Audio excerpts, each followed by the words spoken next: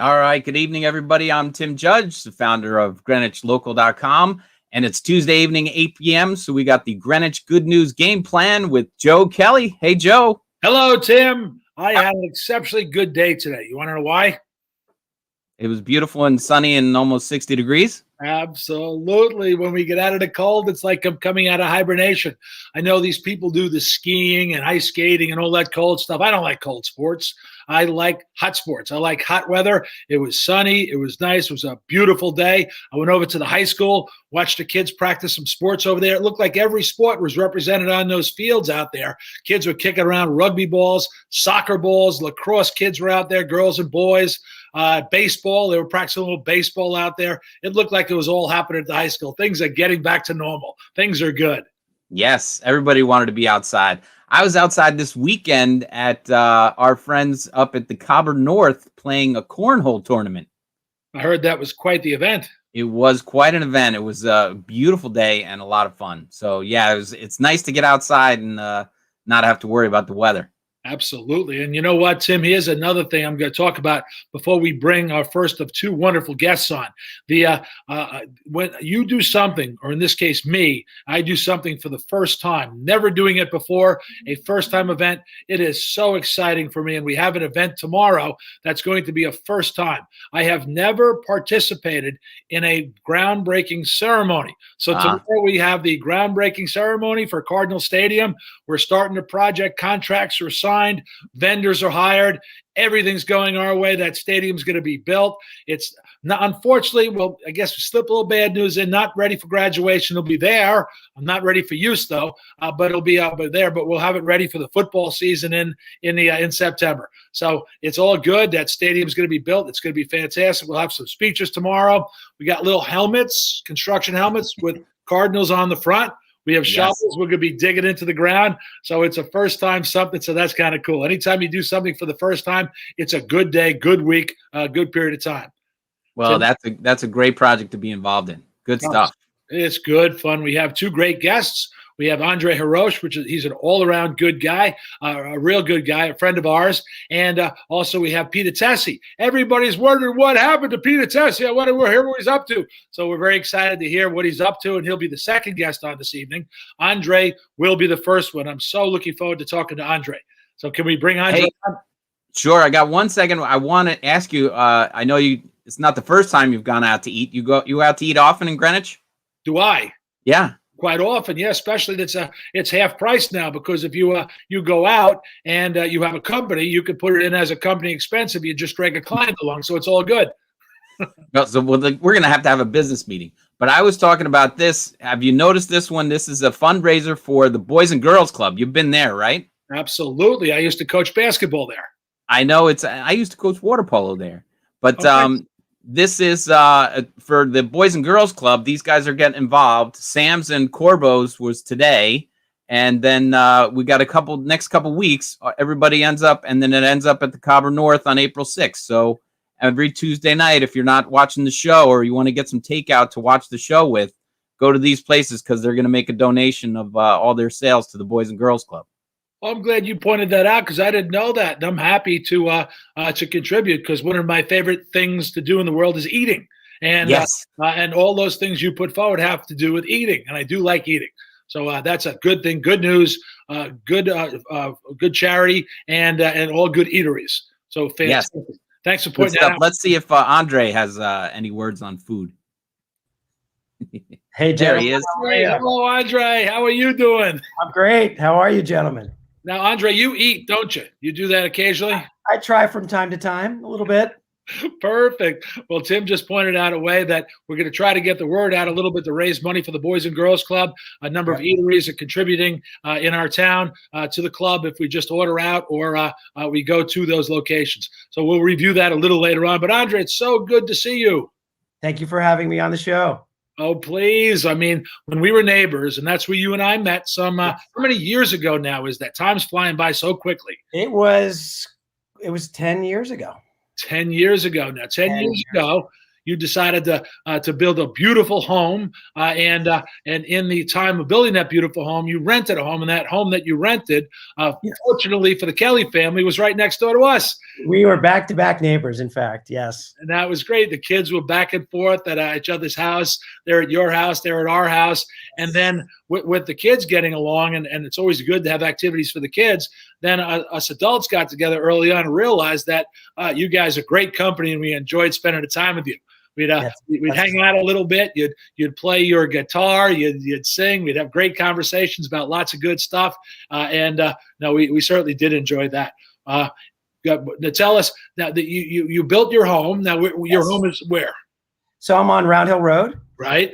And I miss the water. I miss being neighbors with you. It was so much fun down there, but we're happy where we are. We really like it here. It's a little bit quieter, but it's very nice. Is it quieter because we're not there, or is it just quieter? A little bit. Are you claiming we're loud neighbors? Knocking on the door. What's going on, guys? You know, we're like, okay, party time. Anyone's on. No, it's great. It was great to get to know you. And what we do in the show is kind of introduce, or we have 1,500 or so viewers, or sometimes more, sometimes less. But we like to talk about our guests. And Andre, you grew up in near Greenwich. You didn't grow up in Greenwich, right? It started in Bedford, and then I moved over. It's back then. I don't know if you know, New York had a lot of high taxes, and Connecticut really didn't have any taxes at the time. And both my parents started businesses, and they started doing really well. And they said, "Geez, if we can just go over to the border from Bedford, about 15 minutes this way, we could save a couple bucks." And they thought about it, and then they moved over. And I loved it. I initially went to Whitby for a year. It was a very funny story. And then I was a product of the public schools, but I was one of those strange kids that wanted to leave the house. So I ended up going to Kent, Connecticut. So I was a boarding school kid. Okay. But, little taste of each. Yeah, little taste of each. Well, Whitby was a funny story. Great school, Montessori, but you were allowed to do basically whatever you wanted. Well, I shouldn't say that, within limits. And I found computer programming. So this was like 7th grade. And I remember one day my dad said, "So what are you studying?" I was like, "Well, this, that, coding." And he said, "Well, how's history going?" I said, "I don't do history." He said, "Well, what about math?" I'm like, "I'm not doing that either." He was like, "What do you mean you're not doing that?" And I said, "Well, Dad, I like computer programming, and I'm into that." And they thought about it, and they looked at the curriculum. And they were like, "No, I went to public school, went to Central." And then they moved me over. But about 15 years later, my wife was reading an article. She goes, "Hon, didn't you go to Montessori school and you were really into coding and programming?" I said, "Yeah." She goes, "I was just reading this story about the guys you found at Google. They said the number one reason why they got so good at technology is they went to a Montessori school, and for 5 years they did nothing but coding." And I'm like, bingo. Excellent. Like, oh, okay. Anyway, but I was sorry to leave that, but thrilled to go to Central. And as I said, I was one of those kids that really, I had one foot out of the house. I don't know what grade it was, how old I was, but I was going on 20, and I was ready to move on. So parents were sorry to see me go, but I moved on. The next schooling, where did you find yourself in schooling after that? What'd you end up doing? I followed in my dad's footsteps, and I went to NYU. After being on the campus experience in Kent, Connecticut, which was gorgeous. It was like, you were at a liberal arts school somewhere in New England. I said, I want the city, and I want some kind of action. Again, I was a little different growing up. And I went to NYU Business School, which is just one of those schools, undergrad, that I couldn't get into now. The bar keeps rising, and here we are here, Joe, but anyway, it was a great school. I loved it. And my oldest daughter went to NYU. That's my daughter, Christy, went there. And she did? Okay, I didn't know that. She graduated from there, started in Bucknell, and then I went from Bucknell, which is right near nothing. And then they went on to NYU, which is right near everything. So yes. She made a big change. Freshman year was the right near nothing, and the other 3 years were right in the middle of the universe, which New York City is. Exactly. So she had that experience, and I do remember one thing she said, that it was a real distinction her year.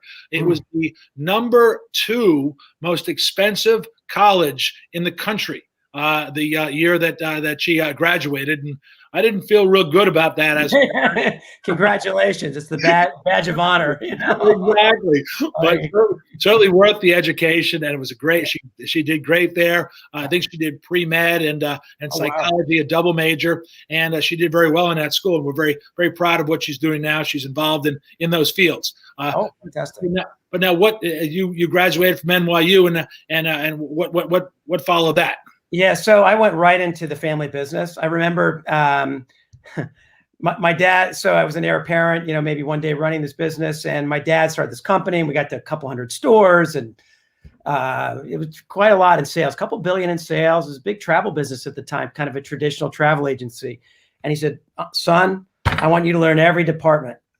And I said, "Great." So I just came off getting this, business undergrad degree and studying like how to buy companies and sell businesses and run them and all this kind of stuff. And he goes, "I want you to be a travel agent, and we're going to put you in 71st Street and Broadway, and you're going to start out writing tickets." And I just remember it was an interesting experience to be. It was the first time I ever did really retail, and I think it's really important that a lot of people grow up having customer interfacing jobs, to learn what it is to be dealing with the public and to be providing good service. To this day, when I check out at the supermarket, I have huge empathy for the person there who's serving you, because I've been there, and I've been there collecting and counting ones and fives for airline tickets or whatever, vacations. Anyway, so that's what I did. I started out in the travel agency world as a travel agent right after business school, and then started doing different jobs. It's just, as my dad had said, every couple of years I was doing something different. Well, customer service is great. I was always on the service side of things. I started out paying my way through college as a bartender. And 6 days a week, I would work behind the bars, and if you stop and talk to the people and you relate to the person, that $2 tip turns into a $5 tip, and you end up just having those conversations and realizing if you turn quickly to serve the next person, you don't spend that proper time with that client, and that client just tips you a lot less. So I brought that into my professional life as well. Much like you're a people person, we are the same type of people. We're just outgoing and like just being amongst people. So that's where I'm sure you honed your skills of sales working for your father in such an industry. And learning a little bit of the bluff at the time too. I remember that they were like, "Can you get me to here and in here? And how do I do that?" And I was like, "Okay, how am I? You got to be cool, calm, collected." But I had no idea you were a bartender. Now I know where you got the gift of the gab. Exactly. Many years behind the bar. I actually thought that was going to be my career, but I stumbled onto Wall Street instead, and that worked out okay too. So it worked out fine for me. Yeah. Absolutely. But now, where'd you proceed after that? What you want to do? Because I'm sure in the travel business, I'm sure you said, hey, Dad, listen, I'm getting the customer service side of things. I'm getting the functionality of things. Could you send me to those destination resorts? I'll try those out for you guys. Did you try that angle with them? We did. I did. It's funny though, when you were in that industry, it was a little like, I can't describe. When you're in that business, the last thing you wanted to do is travel, because it was work. So we did. At one point, I was number 2 in the product department in Mexico, and I'd go down for 4 or 5 days and visit 100 hotels. They all start looking the same, and you think you're getting wined and dined and it's fun, but it was a lot of work.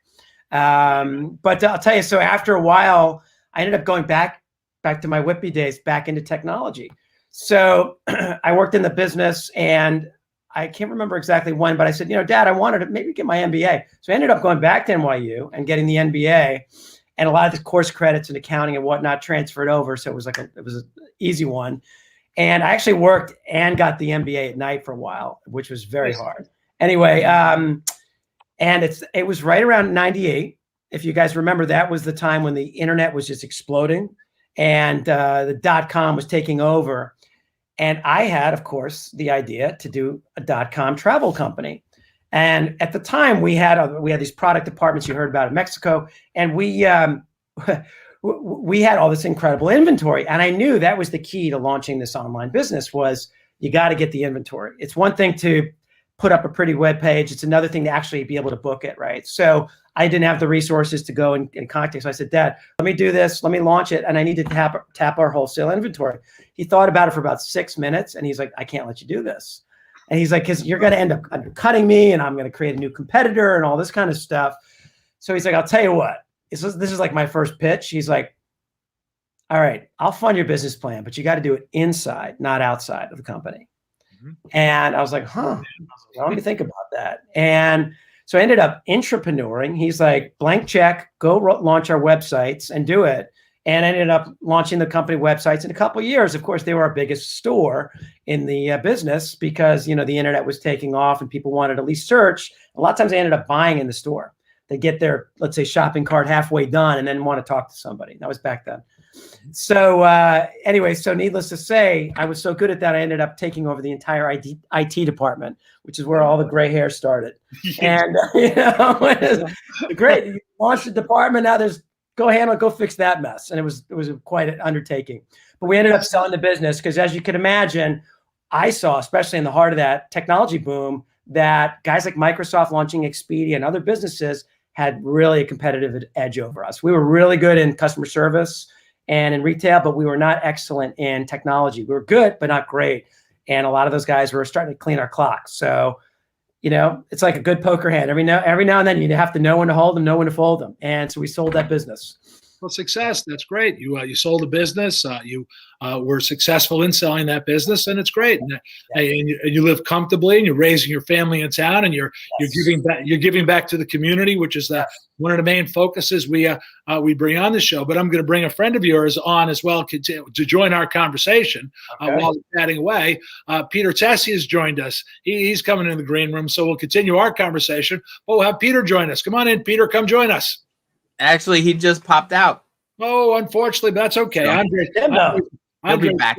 Interesting. So, Andre, now you're involved in a lot of charities in town. You work with a lot of stuff. You're like a super dad with the kids and a family man and all that sort of stuff. Tell us some of the activities. Well, there's a few. I mean, now my kids are teenagers, so I find it takes a lot of time. Just keeping them going and doing all the pickups and drop-offs for sports, as you can imagine, a little bit about that. But the big one that's been near and dear to my heart in the last 4 or 5 years has been a volunteer fireman at the Round Hill Volunteer Fire Company. So I'm up on Round Hill Road, and we have a volunteer firehouse just that away. And so that was something that was interesting. It's funny. I read the Alexander Hamilton book. Right? I saw the play. It was hot for a while, if you guys remember. And I was reading the story going, geez, this guy does a lot. He founded this society and that society and the Coast Guard and this and the IRS and on and on and on and did a lot of civic things around his community. And I was like, what can I do? And one day I was driving and I saw the sign, be a volunteer fireman. I was like, boom, let's do it. So I got involved, and then I ended up being the treasurer. They're always like, at one point, they're like, oh, he's a smart one. He got the MBA, run the books. We don't need you, forget the burning building, balance the books. Wonderful 10 years working with Amageron. We just had a great time. Just the involvement of not just the training, not just the opportunity to go on the truck driving through the traffic with the horn going and the excitement. We had the fire chief on here not too long ago, and we were talking about that. But just to keep the group going and keep recruiting new people in, and understanding that it's a civic duty or responsibility to help your community. And that's one way where guys like you and I, Andre, when the bell goes off or the alarm on your beeper goes, or however it's done nowadays, I haven't been active for a while, to actually just get in your car or jump on the truck and show up to help our neighbors in need. That's important, and I do appreciate the fact you do that. So thank you for that. Absolutely. Can I throw a plug in too? Absolutely. I have the materials here. There's a campaign. So we're 100% volunteer funded. Most of the volunteer firehouses, by the way, are in conjunction with the paid career professionals. We're the only one that's a standalone facility. At this time, there's potential talk that one day that may change. There was a recent fire study done, and we're renovating the firehouse, and plans for a bolt-on could be out there. But that's not the point. The point is that we're renovating the firehouse. But talk about good. We have dorms upstairs, and they're not in great shape right now. But one of the ideas that we have when we renovate this firehouse is to allow, we had it before, but free dorms for people. So if you become a volunteer and you serve at that fire company, you get to live for free.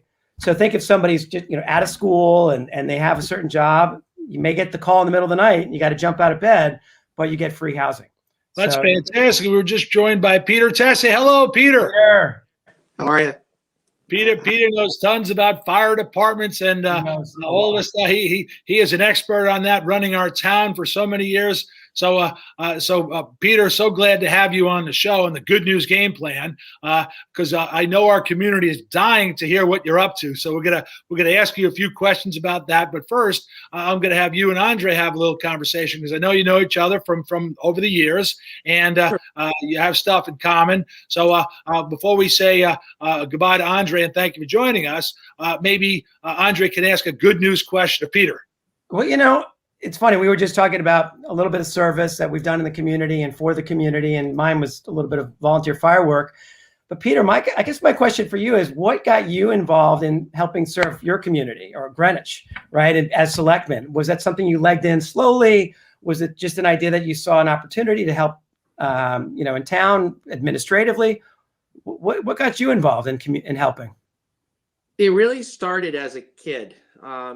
My dad was in civil service, so he worked in an administrative role at town hall, and I was exposed to that, going there. And I don't know, somehow it just evolved. And, if you want to be like your parent, but I always said I wanted to be in the decision making. I didn't want to be like just an employee. I wanted to make decisions, and became interested in government and politics, and then it evolved from there. Wow. Okay. Did you start small, or did you go right away for the selectman position? I went initially with the RTM. I was working on a political campaign. One of the guys was a former selectman, happened to be an old neighbor of ours in Glenville. And he said, you should think about the RTM. I'm like, yeah, I've heard of it. And I went and found out, and I went and got the signatures, and the rest is history. He told me one thing, though, and I never really understood it at the time. He said, Peter, this will be an experience or lesson in human nature. And I was scratching my head saying, like, what did Tom mean by that? Until a few years later, and you see it all play out, and all the personalities, and it made sense. He knew what he was talking about. Either you had it or you learned it, but patience, I'm sure, was an important aspect of that responsibility. Very much so. You're very perceptive. I like that aspect of it. To me, like, even the people who give you a hard time, I like. It sounds crazy, because people say, well, what do you miss the most about it? I said, well, I don't really miss the politics per se, because it's very tedious, but difficult people was stimulative, because you're trying to rationalize with them, you're trying to help them, and if you get through to them and are successful, it's a great sense of satisfaction. But that part I miss. But you don't last as long as you did in the position you held, unless you're good at something like that. So certainly that's a plus on your side. But Andre, thank you very much for joining us this evening. You could, as I said, you could stay in the green room, pop back on later on, and ask Peter a question or two after we talk to him about what he's up to, because I'm sure the town of Greenwich is dying to know what Peter's doing now. So Andre, thanks very much. We'll talk to you later on. Take care, guys. Bye-bye. See ya. Peter, how are you? How are things going? Good. I just want to thank Andre for the work that he's doing in the fire services. I just happen to have on my Glenville volunteer vest today by happenstance. I wear it a lot. Vests are like my new wardrobe Nice. from the suit. But that's a great service. The combination fire, and Round Hill's got a great history. So great to see a new generation step up. So every year he has that wonderful Oktoberfest over at that firehouse, which I certainly missed it the last cycle around because we couldn't have it, because we couldn't have anything. But every year they have that wonderful Oktoberfest. We like going in and help them raise money for their events. That's always a good thing. So it's certainly a good news on the Good News program. So that's fantastic. But I like you and I met some time ago now. I think this is when we met. I think it was something about, now you used to work in wealth, private wealth in Boney. Was that where you started your yes? And I think you were very young there. And I don't know if you remember, but I was just early in my I guess career in accumulating some wealth. So I finally qualified for wealth management, and I do believe that's where we met. Do you remember that back then? I do. I mean, I worked with a guy by the name of Scott O'Donnell. I don't know if you knew. Right. Scott I work closely with. So I do vaguely remember. I mean, I was 18 years there. Those relationships were fundamentally a big part of, I think, being successful in the politics. It's not just being involved, it's how you develop relationships as you've done in business and also in the sports arena. So yeah, I do vaguely remember that. It's a long time ago.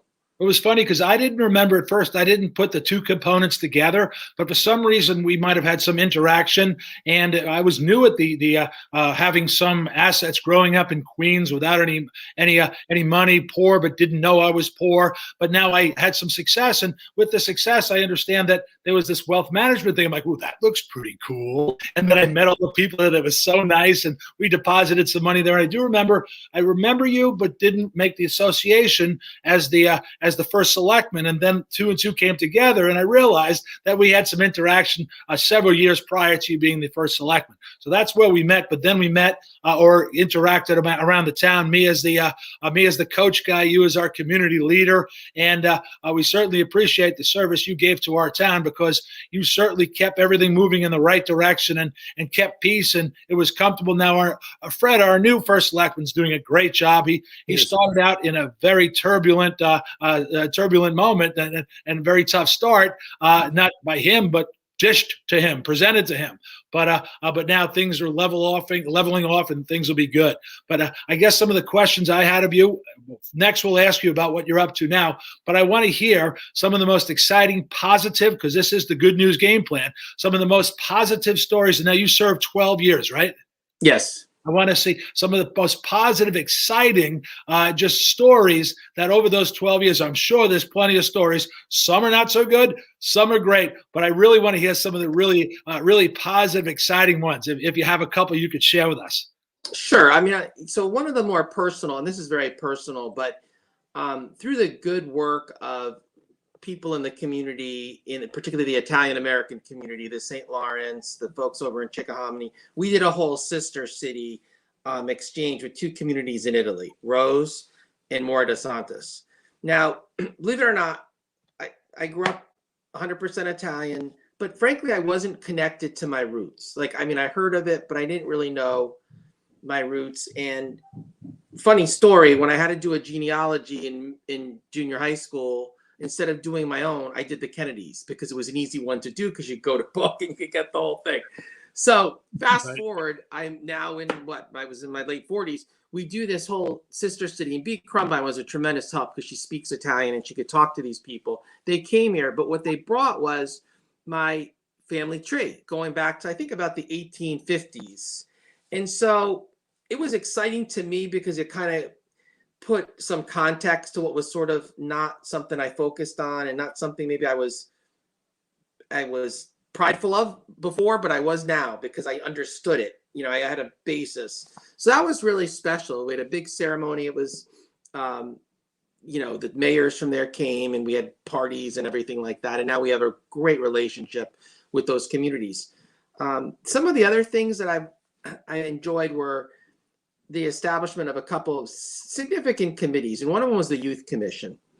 You know, there was an issue, I think it was something with the teen center, and there were some negative headlines. And I reached out to the heads of the schools, and I'm like, well, what could we do to kind of help? And the thought came together, let's put a youth commission together. So we start on that process.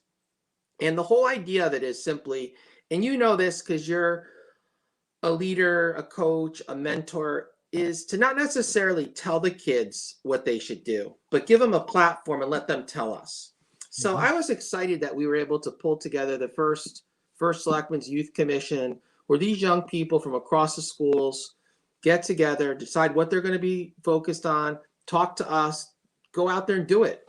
So that was exciting to me, and particularly to watch, because in many ways, I'd sit back in the room and I'd watch this stuff go on for the first few. And they're really a microcosm of the parents. It's a good thing in 95%, and then 5% there's, everyone wanted to be the leader, so you kind of had to work through that. And but I enjoyed it. That was a good experience. The other thing is, and it was sort of toward the tail end, it was the establishment of the Greenwich Economic Forum. That really came out of an idea of the first Selectmen's Economic Advisory Committee, and it was that Greenwich was getting a bad reputation by national headlines, right? Barry Sternlicht said, you can't get rid of real estate in Greenwich and, kind of knocking it. So we're like, you know what? We're tired of it. We don't want to complain. Let's do something to showcase the intellectual property, right? We have a lot of wealth. Okay, yeah, we know that. But it's not just the wealth, it's the people behind it. How did they create it? What are they doing with it? How could they help other people, create wealth or aspire to create wealth? So we started that off, Jim Aiello and Bruce McGuire, who's with the Connecticut Hedge Fund Association. And I really enjoyed it because it was not just about finance and money. We tried to interject art and culture. The first year I gave a speech with the help of Zora Fine Art. She's a local gallery that is tied to Ukrainian culture. She did this whole video, the chameleon effect, and it was about man and machine. And I opened with it, with the video, and saying, and it might have been like, what the heck was that about? But it was to get people thinking bigger than ourselves, right? It was, here you have an idea, thought. Others had talked about it. In fact, Paul Tudor Jones had a quote in this exhibited video. But to me, it showcased not just the people, and we were thankful to Ray Dalio. He stepped up and said, I'll come down the street and attend, and he brought Paul. But it said that we're more than just the money. Because one of the things that ticks me off to this day, and I said this on something recently, I was asked to participate. When I hear or read Tony Greenwich, like the whole sound of Tony Greenwich, it's, as well as I do, it's not just that. It's a bigger piece of the pie with different pockets of diversity and neighborhoods. And so the Economic Forum certainly was highlighting the intellectual capital. Yes, people successful, but there are people who have shared that with everybody else. So those were some of the exciting things. I think those are great things, and each of them have things in common, which explains why you've had such success leading our community, because we have certain features in our community, and you took those aspects. You took the connection with the Italian community, and you empowered our Italian community to go out and understand a culture, understand and build from that culture, and you empowered people to do that. You took that youth council, and you took those kids, and this is something I could certainly relate to, and you give them ownership of what they're working on. You said they fought for leadership. Well, that's great. That's what you want to do. But you empowered them to make the decisions and have their voices heard.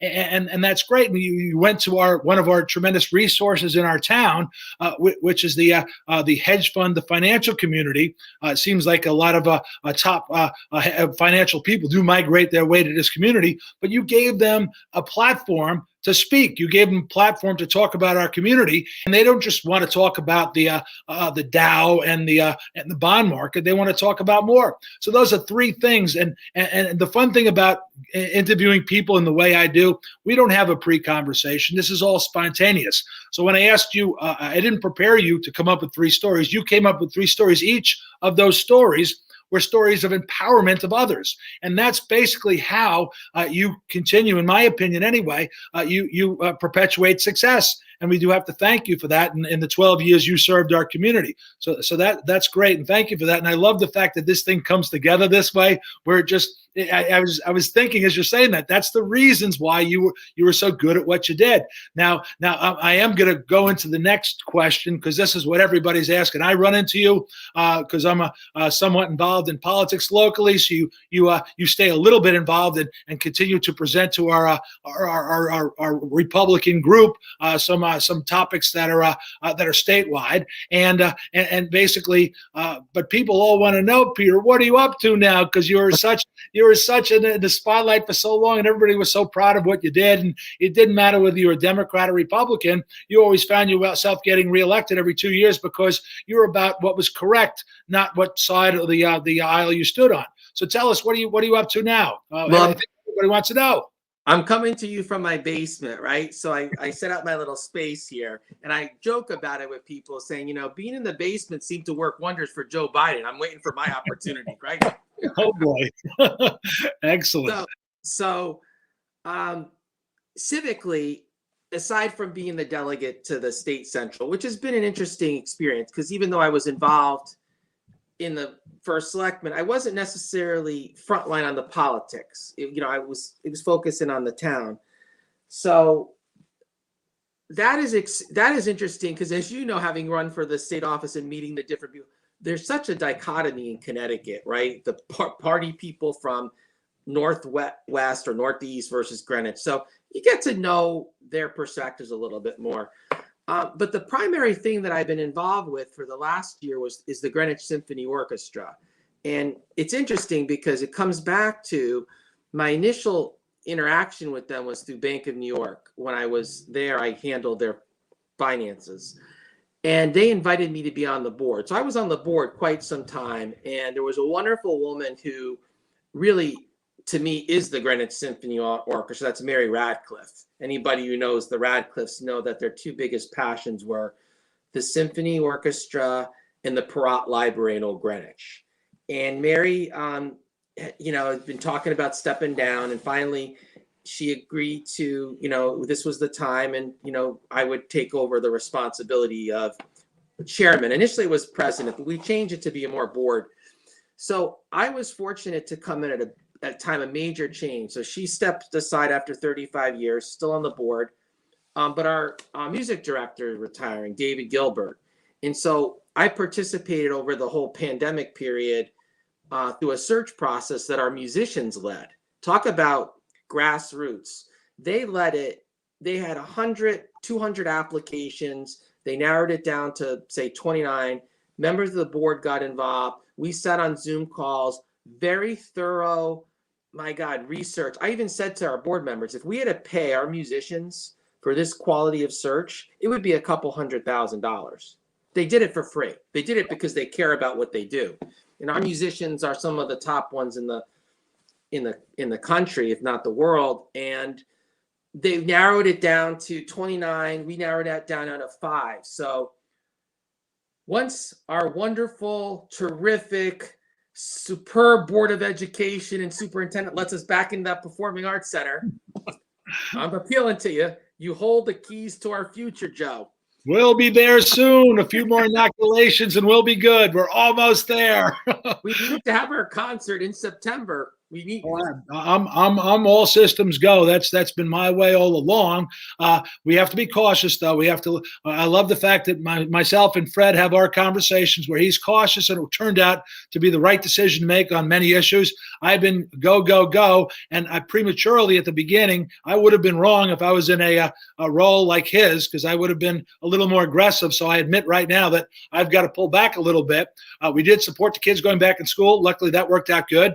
But we certainly want that high school fully open, all the features presented to our community, definitely. So you're preaching to the choir. I guess that fits into. No, I'm with you. I mean, I'm very risk adverse to the COVID, and I understand. But we definitely are looking forward to sharing with the community. There's 5 finalists who were selected, 4 men and 1 woman. They come from all over the world. They're on our website, the names of the 5, but the idea is that they're going to perform one weekend concert. So usually there's 2 concerts, one on a Saturday night, one on a Sunday. What's going to happen is they're going to spend a whole week in our community. They're going to talk to the RMA. They're going to try to get out amongst groups so that people not only get to know them as a musician, they get to know them or a conductor, as a person, because we want our next music director to be an integral part of the community. We also, quickly to share with you, we also did a whole sustainability initiative. And this was funded in part by one of our board members, Bob and Gail Lawrence. And we had a whole, people looking to hear. And I think, simply put, we want to modernize our repertoire. We want to get families. We want more contemporary music. Not that we're going to diss the classics, but we want it so that you could come, be stimulated, come alive. And so I've been part of it. People say to me, what the hell are you doing that? You don't even play an instrument. I said, well, I did try to play the drums in the 4th grade, and but I have some experience. I love culture. I love the arts, and I think it's what makes the community great. Just like all of the natural resources and the sports and everything, it's all a nice put together web and makes it what it is. So we want to see our group do well. Agree with you to no ends. And if there's and you might have been just saying it facetiously that there's something I might be able to help you with, but believe me, give me a call offline on anything I could do to facilitate your needs and such a thing. I will do what I could do. So please, definitely reach out if there's something really I can do. But no, I appreciate that. You guys have, by the way, the Greenwich Public Schools have been great. The thing that's going on now, and you may be able to tie into it through Zoom, is we put on young people's concerts in the schools. So our musicians go and perform from like second grade all the way through the high school. And it's underwritten in part by the Symphony and in part the music program budgets money to pay the musicians. And so they're going to start now, particularly with the pandemic. Kids haven't had as much interaction. So this Sandra Heichel, she's one of our music instructors. She runs the program. And that's one of the biggest things we do as an organization to give back to cultivate youth music and appreciation. So we're really tied closely with the schools. Well, it's great what you're doing. And knowing you're doing it, I can be. We all rest assured that we'll have success at it. So, so thank you for that. You ran the town wonderfully. You are now working on this project and adding to the value of our town continuously. So, thank you, Peter. It was great, great to catch up. We'll see you. Certainly see you around. I know that Tim Judge, who runs this thing, says to try to keep it to a half hour if we can. Okay. And I know that we kind of went over because the conversation was so interesting. So thank you for that. Tim, do you have a couple of things to ask Peter? Peter, do you know Tim? Have you met Tim before? I recognize him very clearly. We've met before, in the circles of political stuff. But I just wanted to say thanks for continuing the work on the symphony stuff. My daughter was chosen to be in the town-wide version of that for the schools, which was just spectacular. The room we have there at the high school is unbelievable. I'd like you to get the conductor on the show, and we'll help promote the event and everything that we have going. That'd be fantastic. And I made it all the way to the 9th grade playing drums. That's when I hung up the sticks. But no, it's all good. And I'm a little bit mad. I don't want to go negative, but I think I lost a bet to Joe because I said you were going to have one of those David Letterman beards, after you retired and left office. So I thought you were going to come in all scruff. He shaved today. For the show. It was his first show in a long time. He shaved for the show. Well, Peter, thank you. Andre's signing off, or is he still in the green room, Tim? Or did he sign? He waved off. Okay, see you, Andre. Thank you very much. Peter, we'll see you around. Thank you for all you're doing. A great show. Well done, Tim. Thanks very much. And tomorrow, as I said, is the groundbreaking for the Cardinal Stadium. So we're all excited about getting that project off the ground. So good night, everybody. Thanks for watching. See you later. Thank you. Bye.